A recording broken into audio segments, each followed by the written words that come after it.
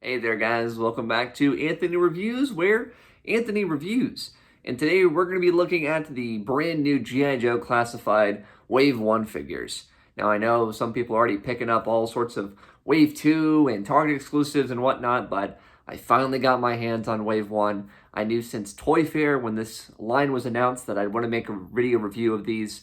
And, obviously this isn't breaking news anymore, but I still feel like I wanted to share my piece on them. So I know this line isn't for everyone, and honestly, it's not my favorite interpretation of G.I. Joe, but I still have a lot of fun with it. So let's go ahead and check out the figures. It's been a weird time to be a Joe fan. The brand has been arguably dead for quite some time now. If I had to reasonably pinpoint a time, it would be after the release of the film G.I. Joe Retaliation in 2013. Now, I actually enjoyed this movie for what it was, but it certainly didn't do the numbers Paramount and Hasbro were hoping for. After that, the only place to find new G.I. Joe figures was Toys R Us, and, well, we all know what happened there. Since then, Hasbro has moved on with their other brands. After 2014, Marvel Legends skyrocketed back into popularity, and Star Wars The Black Series figures were on the rise as well. Fans and Hasbro seem to have decided that 6-inch figures were the way of the future. So, where does that leave America's daring, highly trained Special Missions Force? If you can't beat them, join them. Leading up to Toy Fair 2020, rumors and leaks spread across the internet of an upcoming 6-inch G.I. Joe action figure line. Normally, a change of scale can be quite upsetting to fans of a toy line, but the difference here was the starvation that was present. Joe fans wanted figures, and it was clear if this was the only way to get them, they would gladly take it. This mentality, though, would be tested the day of the reveals. Once again, leaks and rumors were running wild leading up to Toy Fair 2020. This led to Hasbro officially revealing a figure the day before the actual event took place. That figure, of course, was Snake Eyes. The Silent Commando is a fan favorite, and with a new movie coming up, this was the perfect figure to start with. He came with tons of weapons, and while he definitely had an updated design, he was undoubtedly Snake Eyes. But how would the other figures in this line fare? To say that reactions were mixed would be putting it lightly. I think for a lot of fans, the flat-out need for a G.I. Joe toy line put expectations through the roof. Clearly, if Hasbro wanted to choose now to come back, they must have the best G.I. Joe figures ever, right? Well, what we got were classic designs looked at through a somewhat modern lens.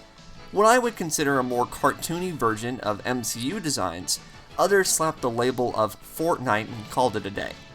For me, Fortnite has a few characters that seem to take influence from G.I. Joe anyways, so that comparison has always seemed weird to me. And while there were tons of fans like me who were excited with what was shown, I think a decent amount of fans wanted something else. There are fans out there that either want exactly what they remember having as a kid, or something more realistic or edgy to fit their more mature needs. These new toys don't fit either category perfectly, and for that, they miss the mark with some people. Now, if you don't like these designs, I won't blame you. We all have our own tastes and things, and I agree these weren't what I was expecting. But they are what we got, so let's take a look at the figures themselves. Wave 1 consists of 5 figures in total. We have 4 Joes: Roadblock, Duke, Scarlet, and Snake Eyes. Quick note, the Snake Eyes is slightly different from the first one revealed.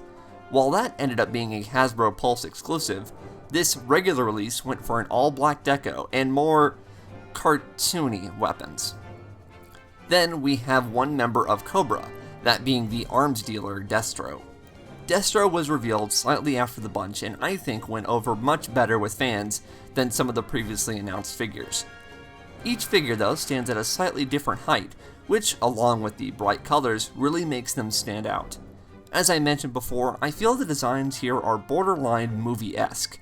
I think of the MCU and their attempts to bring characters to life while still maintaining certain iconic attributes. I think the difference here is on the spectrum of 80s schmaltz and just being the American military. These designs seem to have one foot in both, but lean towards the schmaltz more than anything. You have things like the bright colors, which isn't too different from the originals, but the breaking point for many is the let's call it sci-fi aspect of the designs.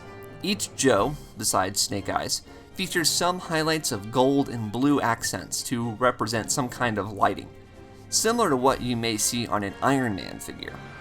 The included weapons also reflect the more high-tech vibe they're going for. Normally, I would leave something like this for the accessory segment, but these weapons are such a big part of the overall design that people have problems with that I feel the need to mention it here.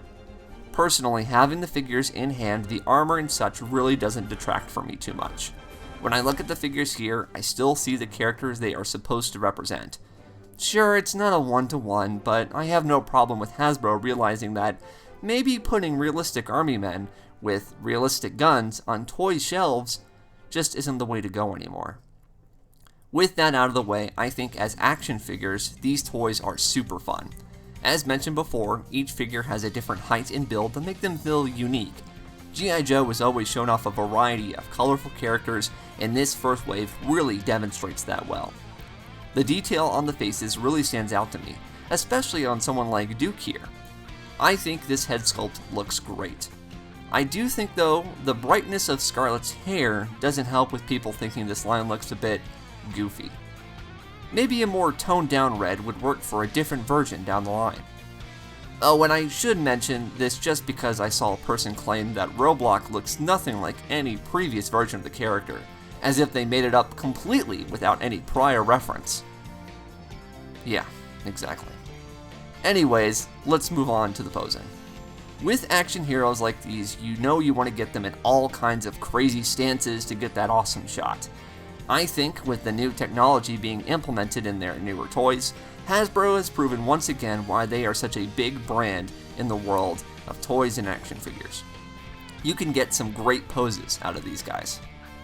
Now, moving back to the accessories I mentioned earlier, each figure comes with quite a few, ranging from weapons to backpacks, and then with Destro we get a nice suitcase branded with the Cobra logo and nicely filled with details inside. Now with this fun stuff for the Joes to lug around, you may be noticing something. Where are the alternate body parts? You know, heads, hands, that kind of stuff. Well, it would seem that including so many weapons has cost us these alternate parts. This seems to be something across the whole line, as future figures don't appear to come with anything other than alternate weapons and gear. The one exception to that being the upcoming Cobra Commander. I guess when you are the leader of Cobra, you get to make up your own rules. For the accessories we do have here, there is some nice detail on a lot of them. But there is also some that seem to have gone the shorter route by making them all just one color. I get cost cuts have to be made somewhere. If I had to pick my favorite weapon of the bunch, it would be Duke's blaster. Nice detail and still comes off like a gun. My least favorite would have to be the ones that come with Snake Eyes. Once again, I get why they went the route that they did with the weapons. But the all-black guns that don't even look like Nerf to me are a bit odd. And I know, people hate Roadblock's railgun, but I'm fine with it. It's got some nice detail and paint apps overall. Do I love it? No. Do I think it fits with what they're going for? Yeah, pretty much. I think many people went into this line expecting disappointment. I know these Joes aren't what everyone wants, and after the quote-unquote retro line Hasbro announced, Joe fans are only getting angrier by the day, it seems. But I think if you take a step back and just enjoy these figures for what they are, I think you'll have a lot of fun with them. If you don't love them, that's fair, but let's just try to calm down for a bit. If you don't like them, maybe give them to a young relative or a kid you know that has a birthday coming up. I'm sure they won't mind playing with some colorful toys. So there you guys go. Those were my thoughts on the new G.I. Joe Classified Series Wave 1. Like I said, it's not exactly the best interpretation, but I like the direction that it's going in. It's got a lot of interesting ideas as action figures, solely as action figures. I think they're really, really cool. Some improvements to be made, but overall, it's not the end of the world that I think some Joe fans have certainly made it out to be. But let me guys know what you think of these G.I. Joe figures down in the comments below. Is there any characters that you want to see be made or any upcoming figures that you're excited for? Have you even considered checking these figures out? Whatever, let me know. Have a conversation down below in the comments. It's what it's for. Check out some other reviews. Subscribe, like, You know, it's the typical stuff I gotta ask. You know, please. What was that? I don't even know, guys. All right. Sorry it's been so long since actual content's been here, but see you guys later.